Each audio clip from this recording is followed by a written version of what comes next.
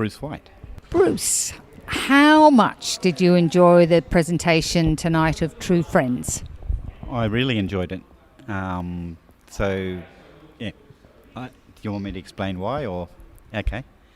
I had a quick look through your questions, just trying to get the gist of what it is that you're asking for there. I guess what it was for me is as an anthropologist, which is my background, I'm trained to pay attention to the words that people use and how people speak, and so that I can basically start seeing things from someone else's point of view. And so as I was listening to this one here, I really enjoyed it because I was sitting there saying, is this what the world's like from Aaron's point of view? Is this what the experience is like? With all of the attention to all the details and all those really familiar details about the chemist scene and the airport scene and the airline scene and stuff like that. So that's why I enjoyed it, and but I also noticed I had my mum next to me. She didn't enjoy it at all, and I've spoken to some other people who were challenged by it, and a lot of people seem to be challenged by, and I was saying it's like being challenged by what the experience is like. It's kind of like, I think my mum, for example, she didn't like it because she doesn't like that experience, the disjointed experience, the the way it's not a conventional story at all. So that's what I liked about it, and I think it'll be a challenge for you guys to kind of give a clue to the audience that that's what the experience is going to give, is a view of what the world is like from someone like Aaron's point of view. So that when they know the journey that they're going to be on, is to be given that clue, because other people are kind of hanging in there saying, oh, what's the purpose of this? What's the story? What's the main point of it all?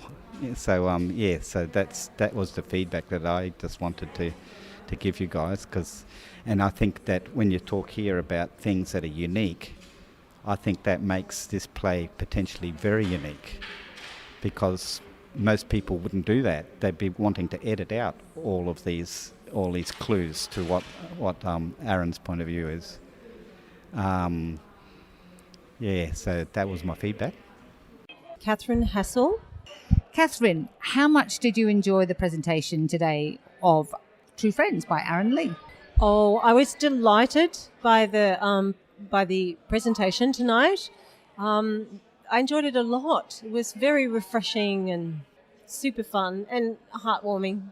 So what was it that was special about True Friends for you? Look, definitely the heart-opening nature of the experience. So it's very heartwarming, and I think in these times there's a lot of alienation and division and fear, those sorts of things amongst people and in the community, and this play is really speaking to those things, really holding a space for connection and feeling into being who we are as humans in our most vulnerable state. And I think I also really enjoyed the way very ordinary things became extraordinary. What was your favourite scene? Oh, I loved the last scene, the hybrid operating theatre dream sequence. Definitely my favourite. Well, no, it's actually hard to say. I really liked them all, but I did like the hybrid operating scene, and I actually liked all the bits that took kind of things that are really kind of normally rather flat and rather serious, like picking up your prep kit for the colonoscopy, and somehow it's suddenly becoming not only just funny but also like you could see through the mirror of life. And so those surreal sort of dream sequences were really like that, like looking through instead of looking at life. How would you describe True Friends to your friends and family? Oh, really nourishing and quirky and reassuring and funny and surreal. I also really like the nature of the ensemble work, because that inclusivity means there's really a place for everybody, and I think that draws the audience in. So it kind of breaks the fourth wall, or without breaking the fourth wall, like it draws everybody in because everybody's in. Yeah, that makes total sense. Why should people or businesses sponsor True Friends? We just need more of this kind of theatre and artistic expression, because there's just not enough of really heart-warming, connecting theatre and art. There can never be enough of it, probably. So I think it'd be fantastic for people to really sponsor this work, because it is original. It's an original voice, and it's also an original way of making theatre as well. Is there anyone in particular or any kind of business or organisation that you think it would have appeal to? I really think it could. I think it could play anywhere and appeal to anyone. Really, I think because it goes right into the heart of what it is to be human. I think there's no one excluded from its relevance. Any suggestions or questions you wanted to ask, but suggestions to improve True Friends? Oh, no, the process will just take care of it. Owen Allen. Owen, how much did you enjoy tonight's performance, the presentation of True Friends by Aaron Lee? It was great. It was a real romp, and yet through the thread of it was some really serious issues. So I was really interested in how that was going to be explored. I guess it gave me a bit of a debate in my mind as well. How's this going to be resolved? How's it really going to be fully explored in the finished product?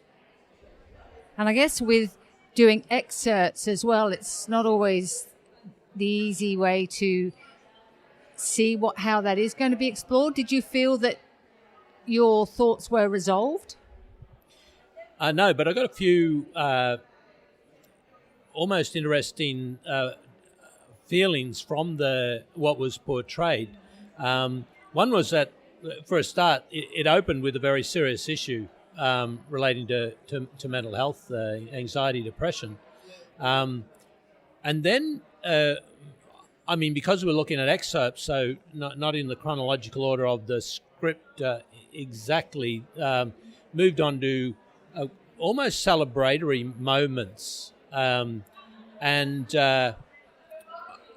interwoven with that, or really at the heart of those celebratory moments, is really ordinary, almost mundane life.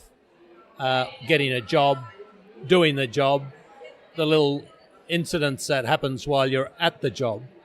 And I found that there was something really interesting in almost a sense of iconography in the celebration. So it had me asking the question more or less like, oh, okay, the celebrations are almost like of a naive nature, and somehow riding above this very deep and somewhat disturbing issue that seemed to be underlying the play.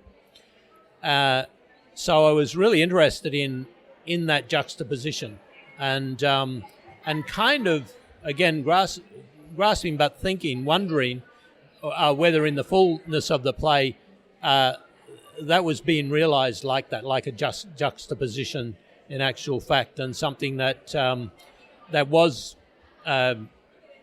more iconography, more or more metaphorical about life, or how we deal with life when there's some deeper hidden thing going on. Again, the whole thing of True Friends, some of those, the almost gay moments, and I mean that in the gaiety moments, or celebratory moments, were like, okay, is that true friends, or is that something we projecting to the audience of this is how we often think of true friends? And is there a deeper true friends in the play? Again, that sense of, is there something on top of, or is there something underneath? I almost got a feeling once the dream scenes then started, that was where some of the real, because almost psychological depth was being explored about the true friends, and particularly, is it Sheena, who had the anxiety, and how she was dealing with it, how it was influencing her, and maybe how she was growing with that. It also made me think of that sort of celebratory moments. I wondered it's made me start thinking whether they were daydreams rather than real life again, or something like that. So it had me starting to think about what's going on really in this play. Yeah, I think then, I guess, again, the final scene we saw was, had a theatre, an operating theatre, and the Macarena, and waltzing. The waltzing seemed to be, again, to me, to be like this repetitive iconography, something suggestive about that.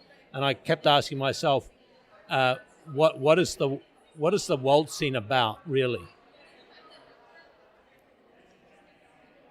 As if it's not just about the waltzing, But I was trying to work it out, couldn't really work it out, but thought, well, I don't know if it has any other meaning but except waltzing, but then that seemed to be interesting anyhow, that it appeared, and the dancing the way it appears through the play.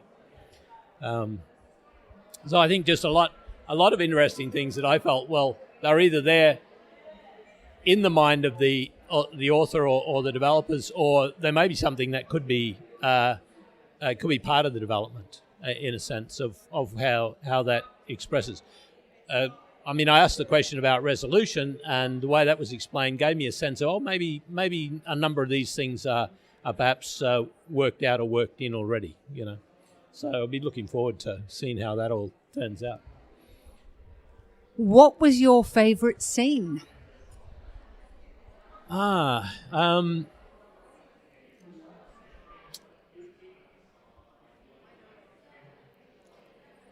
tricky one, I think.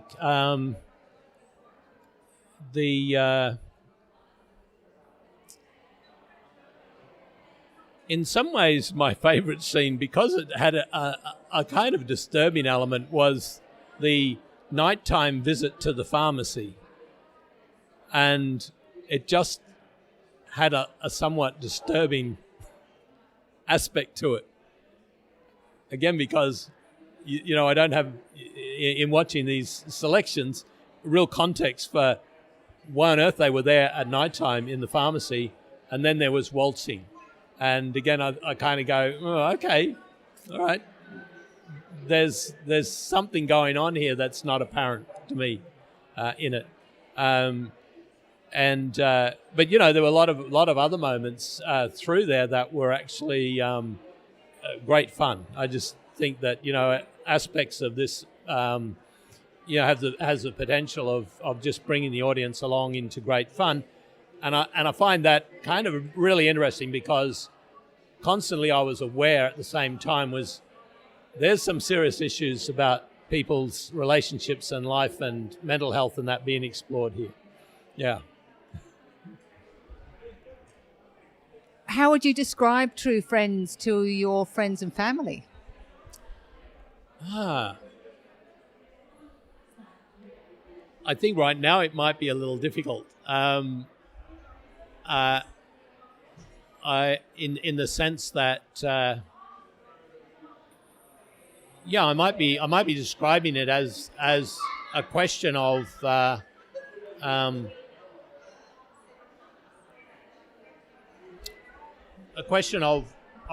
in some ways, what is a true friend? You know, what does it look like? What does it feel like? How does it appear in life?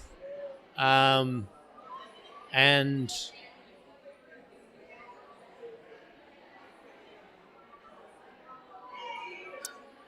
something about maybe the play explores what we, as much as what true friends might feel like, as what anybody else really sees of people who are true friends, really.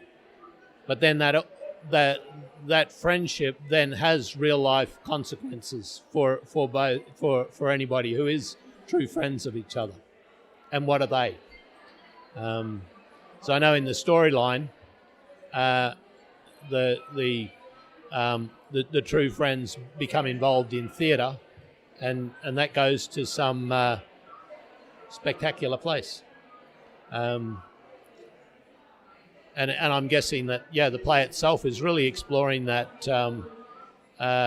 What is it about really true friends that deals with life in a way that, say, two people, perhaps you could say, end up exploring their potential, end up understanding really what the commitment of true friends is, perhaps. And I'm kind of guessing at that a little bit because we don't really know what the end of the play is. What would you add as far as any suggestions or anything with regards to the play? Is there anything that you think you've mentioned quite a few things that you feel could potentially be good points for exploration? Yeah, I mean, it's probably more method inside the dialogue of the play, which is a kind of sense that I got that maybe there could be a real an obvious distinction between really the sadness or the difficulty, the challenge of this woman who has anxiety and tends to have depression, is easily spooked in life, and maybe that as she gets a job and other things which are kind of mundane in life, is there something about her anxiety that also, or the mental health stage, that also means that sometimes the resolution of those challenges, those mundane challenges, because of her other mental health problems, is realized within this sort of celebratory song and dance musical kind of genre that the play seems to be picking up and going into. We're now into a musical, and some of it's really is like a 1960s, 50s musical. I could kind of feel, oh wow, I mean, this is black and white. You know, this is like it's something that's has that almost naivety of those types of old musicals coming out of it, and I was kind of feeling that. Yeah, at some stage I wanted to see almost more of the other end, the sadness, the real challenge of that woman expressed as the challenge, you know. And the dream, I think, when the dreams start to come through and how they were being realized, even though, you know, there was some fun being had there with a vampire scene and that thing, for me, I think that could be really grotesque. That could be a really grotesque scene. In some ways, helping a person with that type of anxiety and depression resolve something in real life for herself when comes to, you know, like, so there's these real potentials, I think, for those, there to be these frames that juxtapose, but also are really following the growth and development of this woman. And if we get that sense of that they ended up in a totally different workplace, a creative workplace, something else that has more fruitfulness for them, or more, brings out the potentiality. It seems that it seemed to me that the play was kind of working to some sort of growth and development situation around that. It was obvious to me fairly early on in the piece that there wasn't the protagonistic it wasn't a protagonistic type of a play. So I wasn't looking for resolution of that type of thing, but nonetheless kind of wondering that, or maybe because of that, really wondering, okay, so how does it resolve, or what happens to the characters that makes it like, oh, you know, and I kind of got it from Avril that there's a bit of a surprising aspect to all that ending. So I think that's going to, be the thing to really sculpture the story around then, and sculpture those modes that go through the story, to make that really, I was going to say, to make that real, and in some ways I think that for audience impact there's got to be perhaps something a little bit more that really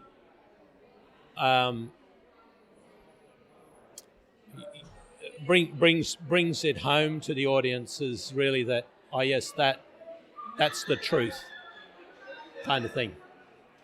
Not as realism, but that's the deep truth of it all. Yeah. And with regards to people or businesses around sponsorship, who do you think the play potentially could appeal to? Yeah. Airlines. I mean, obviously there's some mental health maybe sponsorship perhaps in there, but there's I'm just intrigued by the whole medical situations that are flowing through there. I mean, this could be a play that when I think about that, going, oh, okay,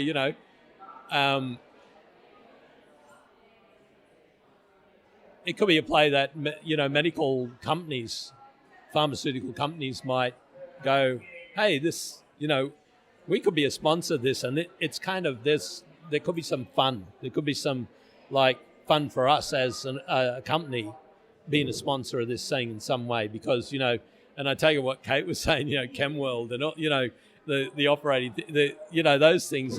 There's something real, because it is just so ordinary at some level. There's something just really surprising about that, and